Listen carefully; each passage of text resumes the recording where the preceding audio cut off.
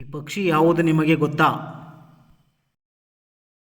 ಇವತ್ತು ಬೆಳಿಗ್ಗೆ ಎದ್ದು ದೇವಸ್ಥಾನವನ್ನು ಸ್ವಚ್ಛ ಮಾಡಿ ನಂತರ ದೇವರ ಪೂಜೆ ಮಾಡಿದೆ. ನಂತರ ದೇವಸ್ಥಾನವನ್ನು ಬಾಗಿಲು ಹಾಕಿಕೊಂಡು ಮನೆ ಕಡೆ ಹೋಗುವಾಗ ಗೋಮಾತೆಯನ್ನು ಮುಟ್ಟಿ ನಮಸ್ಕರಿಸಿ ಮನೆ ಕಡೆ ಬಂದೆ. ನಂತರ ಮನೆ ಹತ್ತಿರ ಎಳ್ಳು ಮೂಟೆಗಳನ್ನು ಮನೆಗೆ ತೆಗೆದುಕೊಂಡು ಹೋಗಬೇಕಾಗಿತ್ತು. ಅದನ್ನು ತೆಗೆದುಕೊಂಡು ಹೋದೆ. ನಂತರ ದಾರಿಯಲ್ಲಿ ಹೋಗುವಾಗ ಈ ಪಕ್ಷಿಯು ದಾರಿಯಲ್ಲಿ ಓಡಾಡುತ್ತಿತ್ತು. ಫುಲ್ ಸುಸ್ತಾಗಿ ಹೋಗಿತ್ತು.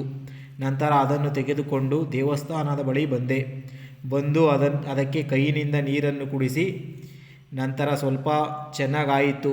ನಂತರ ಅದನ್ನು ಕೈಯಲ್ಲಿ ಹಿಡಿದುಕೊಂಡು ಸ್ವಲ್ಪ ಸುಧಾರಿಸಿಕೊಂಡಿತ್ತು. ನಂತರ ಅದನ್ನು ಬಿಟ್ಟುಬಿಟ್ಟೆ. ನೋಡಿ ಹೋಗಿ ತೆಂಗಿನ ಮರದ ಮೇಲೆ ಕುಳಿತಿದೆ.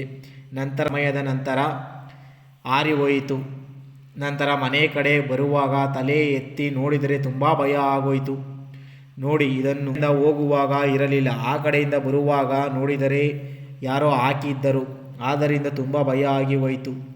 ದಾರಿಯಲ್ಲಿ ಹೋಗುವಾಗ ಚೀಪೆಕಾಯಿ ಮರದಲ್ಲಿ 2 ಚೀಪೆಕಾಯಿಗಳನ್ನು ತೆಗೆದುಕೊಳ್ಳಲು ಹೋದರೆ ಹುಳುಗಳು ಕಚ್ಚಿಬಿಟ್ಟವು. ನಂತರ ಚೀಪೆಕಾಯಿಯನ್ನು ತೆಗೆದುಕೊಂಡು ನಂತರ ಮನೆ ಕಡೆ ಬಂದೆ.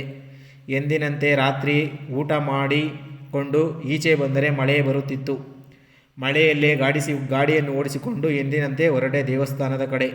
ಇವತ್ತಿನ ಕತೆ ಇಷ್ಟು ಫ್ರೆಂಡ್ಸ್. ನಾಳೆ ಸಿಗೋಣ ಮತ್ತೊಂದು ವಿಡಿಯೋದಲ್ಲಿ.